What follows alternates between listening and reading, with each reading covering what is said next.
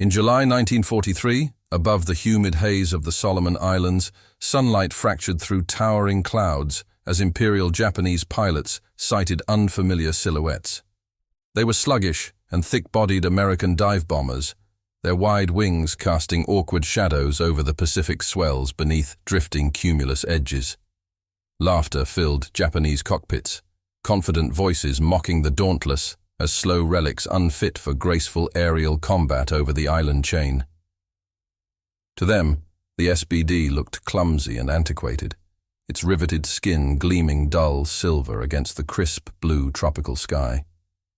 Many assumed such aircraft existed only to fall, incapable of twisting free once the swift Zeros began their circling attack. Yet beneath their dismissive laughter, American crews adjusted gun sights and oxygen masks, silently preparing for another perilous run through hostile airspace. The dauntless pilots knew their aircraft's strength lay not in speed, but in stability, precision, and punishing vertical descent.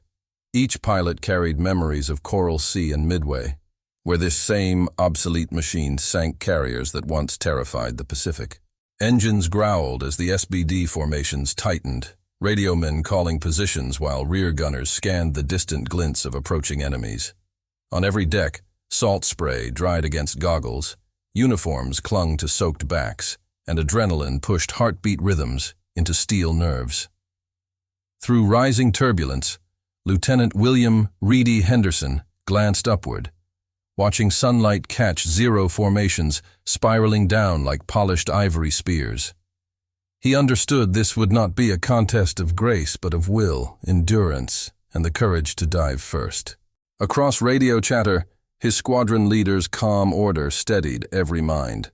Hold course, hold discipline, and let them come closer. The Japanese formation split cleanly, rolling into attack arcs, confident in speed and experience that had ruled Pacific skies for months. Below, dauntless gunners locked turrets and whispered small prayers, their fingers trembling over triggers as tracer belts rattled in readiness. Before the first burst of fire erupted, Henderson thought briefly of home, then shut memory behind disciplined silence and focused vision. If you wish to understand how this moment reversed decades of aerial arrogance, stay with this story until the end. Then, the first Zero streaked through sunlight, machine guns flashing, laughter fading as the Dauntless turned sharply into the burning Pacific wind. The battle that followed would redefine courage, challenging every belief Japan's finest pilots held about domination and mechanical perfection forever. The Douglas SBD Dauntless had never been designed for elegance. Its structure reflected practicality born from naval endurance rather than aerial vanity. Engineers at El Segundo built it around reliability, granting it a Wright R1820 engine capable of surviving punishment that shattered more delicate machines. Japanese intelligence officers initially dismissed the airframe's simplicity, recording in brief reports that American dive bombers were inefficient yet strangely durable under stress. They misunderstood the philosophy behind the metal, believing speed equated superiority while ignoring balance, rigidity, and aerodynamic steadiness under terminal descent. Every rivet served purpose, each surface panel reinforced to absorb vibration during vertical dives exceeding 400 miles per hour. The perforated dive flaps, ridiculed by Zero pilots as crude, prevented catastrophic stalls by taming airflow through calculated drag resistance. Where Japanese fighters danced with acrobatic beauty, the Dauntless descended like judgment, precise and unstoppable once its pilot committed to gravity's grip. In combat trials, its bomb cradle swung flawlessly beneath fuselage, releasing ordnance with accuracy unmatched among carrier-borne aircraft of any Pacific power. Armor plating encased crew compartments, shielding gunners and pilots from fragments that would otherwise claim lives in open cockpit fighters.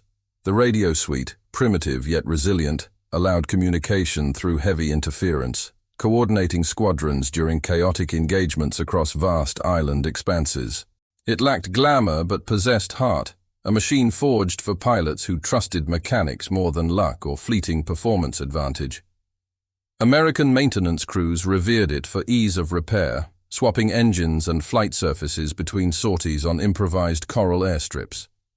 Japanese ground observers studying wrecks discovered its secret simplicity, realizing it could be field-serviced faster than any Mitsubishi or Nakajima equivalent. Such engineering discipline enabled relentless operational tempo, ensuring Dauntless squadrons struck repeatedly even under logistical strain unimaginable to overstretched Imperial supply chains. Its dual 50-caliber forward guns delivered disciplined bursts, while rear gunners' twin 30 calibers guarded the vulnerable tail against encroaching Zero formations. That defense system, though modest, changed countless engagements, transforming expected massacres into brutal stalemates, fought amid twisting contrails and cannon smoke. Even aerodynamic inefficiency became advantage, as rugged wings retained control authority during dives where sleeker adversaries lost maneuvering precision entirely. Engine torque steadied descent paths, allowing pilots to ride turbulence with mathematical grace, fusing courage and calculation within seconds of eternity. Japanese pilots would soon realize that behind its awkward silhouette lurked an executioner crafted through industrial discipline and unwavering American pragmatism. By mid-1943, laughter had begun to fade, replaced by analytical respect for a bomber they once considered flying scrap metal. On August 12, 1943, above Kolombangara's volcanic ridges, the humid morning trembled beneath converging formations of Dauntless dive bombers and Zeros. The air shimmered with engine resonance, metallic roars merging into a relentless storm that echoed across the endless turquoise Pacific horizon. From the Japanese cockpits, the Americans appeared careless, flying tight formations without evasive movement, as though unaware of encircling danger. Yet every Dauntless crew knew the rhythm of ambushes. Holding formation until the last second demanded savage-controlled response. Zero leader Lieutenant Kameda dived first, sunlight flickering across his canopy as tracer lines carved through shimmering heat and broken cloud. His rounds struck one SBD's wingtip, tearing aluminum apart, yet the bomber held firm, banking heavily into counterfire without hesitation. Rear gunner Corporal Mills swung his twin Brownings upward, sending accurate bursts that shattered Kameda's oil line in a smoky arc. Moments later, chaos engulfed the sky, contrails intersecting like spinning threads of fate above the coral reefs and forested coastline. Dauntless squadrons scattered intentionally, each pilot using dive angles as weapons, plunging earthward faster than any Zero dared pursue. Their bomb bays opened mid-descent, mechanical claws releasing 1,000-pound charges toward hidden supply barges anchored beyond mangrove-shrouded coves. Explosions rolled upward through mist, shockwaves punching the air as returning debris flamed against clouds lit crimson from reflected fire. Japanese pilots, accustomed to dominance, found themselves struggling to track targets vanishing into gravity's merciless pull and reappearing like avenging ghosts. A Dauntless could not escape pursuit by running, but it could dictate the battle's altitude, tempo, and psychological equilibrium with precision. Every dive brought purpose, every climb exacted discipline, and every survival became testament to the aircraft's union between courage and design. Smoke trails spiraled through dawn haze, transforming the sky into a shifting tapestry of fire, steel, and fragmented ambition collapsing mid-air. American radio men barked coordinates, guiding replacements toward enemy strongholds, while surface ships below counted shockwaves rippling through the tropical waters. For Japanese pilots, disbelief hardened into rage, their formation breaking rhythm beneath the stubborn defiance of these flying coffins, refusing surrender. By the battle's end, 10 Dauntlesses limped home, wings torn, armor scorched, yet their bombs had silenced entire convoys beneath. What began as mockery turned into revelation, forcing Imperial aviators to acknowledge resilience as an equally deadly weapon beside speed. The Solomon skies that morning recorded not triumph, but awakening. That endurance could challenge even the finest artistry of war. By late August 1943, after repeated clashes above the Central Solomons, Japanese commanders realized laughter could no longer conceal mounting confusion. The SBD Dauntless had rewritten aerial expectations, forcing every Zero squadron to rethink established maneuvers that once guaranteed flawless domination. Veteran pilots began documenting patterns, studying how Dauntless formations moved deliberately, using coordination instead of speed to manipulate vertical engagement ranges. Intelligence officers aboard Rabaul's Air Command analyzed combat film reels, counting seconds between dives, climbs, and defensive gunbursts with mathematical precision. They noticed Dauntless pilots refused horizontal pursuits, instead drawing zeros downward into layered traps, orchestrated through coordinated altitude discipline. Such tactics inverted traditional Japanese doctrine, where agility reigned supreme, and speed dictated rhythm across every Pacific battlefield since 1941. American instructors taught their crews to weaponize patience, forcing zero formations into predictable spirals where firepower overcame maneuverability's fleeting grace. In subsequent sorties, SBD squadrons began operating in hunter-killer pairs, one diving as bait while another executed delayed counter-assault from above. This synchronization confused opponents, who found themselves vulnerable beneath overlapping dive paths, converging like iron hammers through silver mist. Each engagement transformed from chaotic encounter to calculated execution, proving that even slower machines could dominate through intellectual precision and teamwork. Japanese flight leaders revised engagement orders, emphasizing high-angle ambushes and lateral strikes before Dauntless crews could begin controlled descents. However, these adjustments rarely succeeded because American formations now anticipated aerial psychology, adapting reactions within seconds of initial attack. Mechanics reinforced airframes with field modifications, polishing dive brakes and recalibrating bomb racks for faster release during steep assault profiles. Across Henderson Field, flight briefings emphasized timing, discipline, and the virtue of anticipation, qualities that transformed desperation into strategic advantage. In parallel, Imperial pilots grew increasingly reluctant to engage head-on, haunted by previous losses, where presumed superiority dissolved under defensive crossfire. Battle reports from Truk and Buin described encounters where Zeros withdrew early, unwilling to trade their lives against immovable American formations. The Dauntless had become more than a dive bomber, evolving into a psychological fulcrum that inverted established Pacific air warfare philosophy. Each adaptation written in blood and fuel shifted balance incrementally, signaling the decline of Japan's once unshakable aerial confidence and control. By autumn, tactical manuals across Allied carriers hailed the SBD as proof that methodical precision could eclipse even the fastest adversaries alive. The war in the skies was no longer measured by elegance but by endurance, intellect, and the courage to evolve. By September 1943, the Solomon skies carried an unspoken weight, where every engagement etched fear into once confident Japanese squadrons. Pilots who once approached battle laughing now flew with tightened throats, haunted by memories of bombers that refused destruction. The Dauntless had become a specter, its image burned into minds through countless missions where logic failed to explain survival. Japanese debriefs described unnatural persistence, a phrase repeated by commanders struggling to comprehend how such heavy machines endured repeated ambushes. Many began believing the Americans possessed invisible armor, some even whispering that the SBD carried divine protection within its steel frame.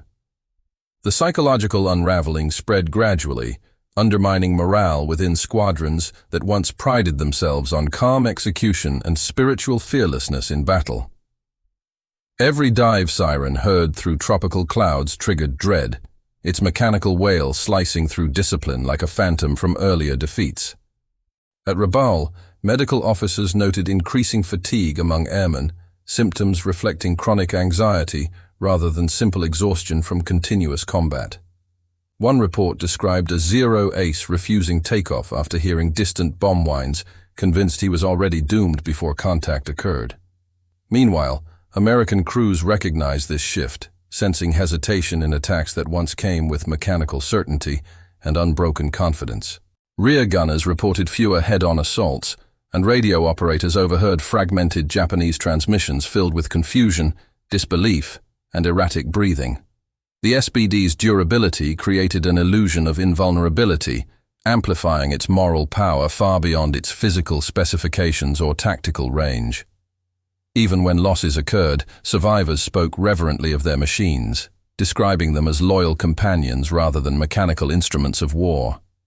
Such devotion infected squadron culture, replacing fear with pride, turning each mission into proof of resilience rather than gamble for survival. In contrast, Japanese pilots began internalizing the inevitability of defeat, questioning whether skill could overcome machinery built through relentless pragmatism. Cultural doctrines emphasizing honor through victory faltered when adversaries refused destruction, transforming pride into quiet dread that corroded their collective spirit. The Dauntless, through endurance alone, dismantled an empire's confidence by forcing warriors to confront failure they could neither predict nor explain. Every encounter became psychological attrition, fought not only in clouds, but within the hearts of those who faced unstoppable resolve. Above those islands, terror replaced arrogance, marking the precise moment the war's spiritual tide began its irreversible downward turn. What the Japanese once mocked now haunted their every dream, echoing endlessly through the thunderous silence of Pacific twilight. By October 1943, High Command within the Imperial Japanese Navy recognized that the Dauntless represented more than a tactical inconvenience. It was reshaping the Pacific battlefield's tempo, exposing structural weaknesses in doctrine that prized aggression over endurance and adaptability. Reports from Rabaul, Bougainville, and Truk arrived daily, filled with frustrated analyses describing losses suffered against slower, methodically disciplined American squadrons. Japanese strategists convened under dim bunker lights, maps spread across steel tables, debating whether material reform could outpace psychological decay spreading unchecked. They concluded that victory demanded evolution, not replacement, and ordered new tactics, emphasizing ambush coordination instead of individual heroism or artistic flight. Aircraft carriers restructured their deployment strategies, launching Zeros in tiered altitudes designed to fracture dauntless formations before they achieved dive positions. However, such precision required radio synchronization beyond the Imperial Navy's limited communication infrastructure already strained by Allied interference and fuel shortages. American naval intelligence soon intercepted planning transmissions, allowing countermeasures that blunted every experimental adaptation before it reached full implementation. Meanwhile, U.S. commanders exploited the Dauntless's rising reputation, assigning it missions far beyond its original design, including ship interdiction and close support. Each success magnified its legend, further eroding Japanese morale, while carrier captains increasingly diverted fighters toward desperate defensive escort missions. The once offensive-minded Japanese fleet shifted toward reaction, trapped within a cycle of conserving resources and minimizing further psychological humiliation. Admiral Kusaka warned that confidence, not machines, was being lost. Yet his reports met silence from Tokyo's war ministry preoccupied with mainland defense. American production momentum, combined with refined Dauntless tactics, created a feedback loop where technology and morale reinforced one another continuously. Pilots rotated home bearing witness to triumphs, teaching replacements that discipline could transcend fear, thus expanding an unbroken lineage of effective doctrine. In contrast, Japanese replacements arrived unseasoned, inheriting despair disguised as strategy, ordered to fight battles their commanders no longer truly believed in. The Dauntless had forced a strategic metamorphosis within both sides, elevating survival into an operational art rather than mere luck. Every bombing run now carried calculated symbolism, each explosion echoing across Pacific command posts as reminder of shrinking imperial ambition. By winter, Japan's defensive restructuring had slowed, its fleet retreating deeper into fortified harbors, while Allied offensives gathered unstoppable momentum. Strategically, the Dauntless became more than weapon. It became revelation, proving resilience could rewrite the mathematics of aerial supremacy. The Pacific no longer belonged solely to speed or honor, but to patience, adaptation, and the endurance of steel-bound conviction. By early November 1943, the Pacific sky above the Solomons no longer sang exclusively with the confident tone of Japanese engines. Where once Zeros ruled unchallenged, now Dauntless bombers and their escorts carved deliberate paths of dominance through fading Imperial control. Each engagement demonstrated transition, the slow replacement of instinctive aggression with calculated precision, guided by improved Allied radar and coordination systems. American task forces advanced methodically, island by island, their aerial guardians enforcing supremacy through relentless persistence rather than flamboyant displays of speed. From Bougainville to New Georgia, the Japanese fighter wings fought valiantly, yet exhaustion and attrition eroded their numerical and spiritual cohesion. The once glorious image of the rising sun emblazoned upon wings now represented endurance against inevitable loss, not promise of effortless conquest. SBD squadrons evolved alongside advancing technology, integrating with F-6F Hellcats and Avengers into cohesive strike groups that redefined carrier warfare. Each formation moved with clockwork precision, combining air superiority and dive bombing tactics into synchronized assaults impossible during earlier chaotic campaigns. Japanese officers observed this transformation with grim fascination, realizing their empire was watching its own mastery dissolve beneath disciplined innovation. Every encounter that followed carried imbalance, where American pilots dictated timing, altitude, and engagement range with unwavering strategic confidence. Dauntless bombers no longer needed surprise. Their presence alone forced Japanese squadrons into defensive postures before a single bullet fired. What began as a struggle for survival evolved into demonstration of control, a psychological ascendancy surpassing even measurable tactical advantage. The Pacific sky had become a classroom where innovation taught humility and courage served the mathematics of industrial superiority. Ground controllers aboard Allied carriers coordinated through advanced encryption, ensuring strike waves operated as unified organisms immune to isolated failure. Meanwhile, Japanese communications faltered under interception and fuel deprivation, reducing once mighty squadrons to fragmented patrols defending airfields already under siege. Observers from both sides understood the shift's permanence. Air dominance was no longer a fleeting episode, but an institutional certainty. The Dauntless, though nearing operational retirement, stood as symbol of that turning point, an artifact bridging bravery and technological ascendancy. It had carried the Allies through desperation into supremacy, its legacy written across the Pacific with precision, sacrifice, and unrelenting faith. By December, the Solomons campaign concluded beneath skies ruled by endurance, marking the irreversible transfer of initiative toward American command. The empire that once conquered through speed now faced a new enemy, organized patience armed with unyielding mechanical purpose. When 1944 dawned over the Pacific, the echo of dauntless engines still haunted the winds drifting across abandoned island airstrips. The war had moved north toward the Marianas, yet memories of those rugged bombers lingered among veterans who had survived the Solomons. To the Japanese, the SBD became symbol of transformation, an adversary that exposed the fragility hidden beneath their empire's mythic precision. For American pilots, it embodied faith in craftsmanship, proving that courage reinforced by design could outlast elegance born from speed. Historians later called it a transitional weapon, bridging eras between desperation and dominance, when technology and tenacity first stood as equals. Its riveted fuselage and screaming dives wrote a doctrine that echoed through later aircraft, like the Helldiver, Avenger, and early jet prototypes. Even as newer machines replaced it, the spirit of the Dauntless remained embedded within the Navy's evolving aerial philosophy forever. Each surviving airframe displayed in museums carried invisible scars of storms fought across coral horizons and enemy fire unyieldingly endured. The Japanese archives, declassified decades later, revealed astonishment that such an unrefined design achieved such devastating precision and enduring psychological impact.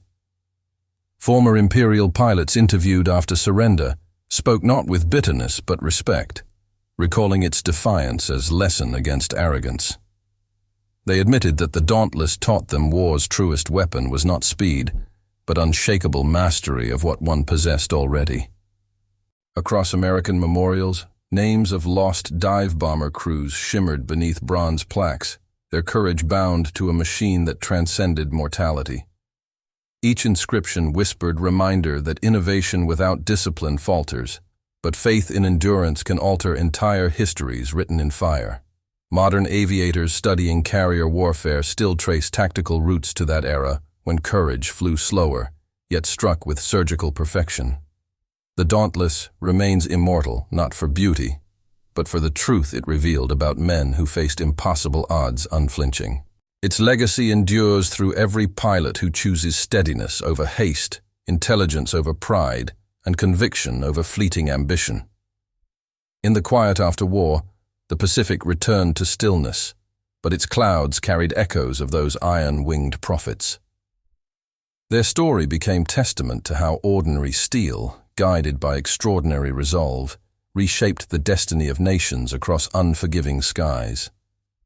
The laughter that once mocked it dissolved into reverence, leaving behind only the sound of endurance carried endlessly by wind. Thus ended the age of arrogance, and began the reign of respect for those who dared descend through hell to rise victorious.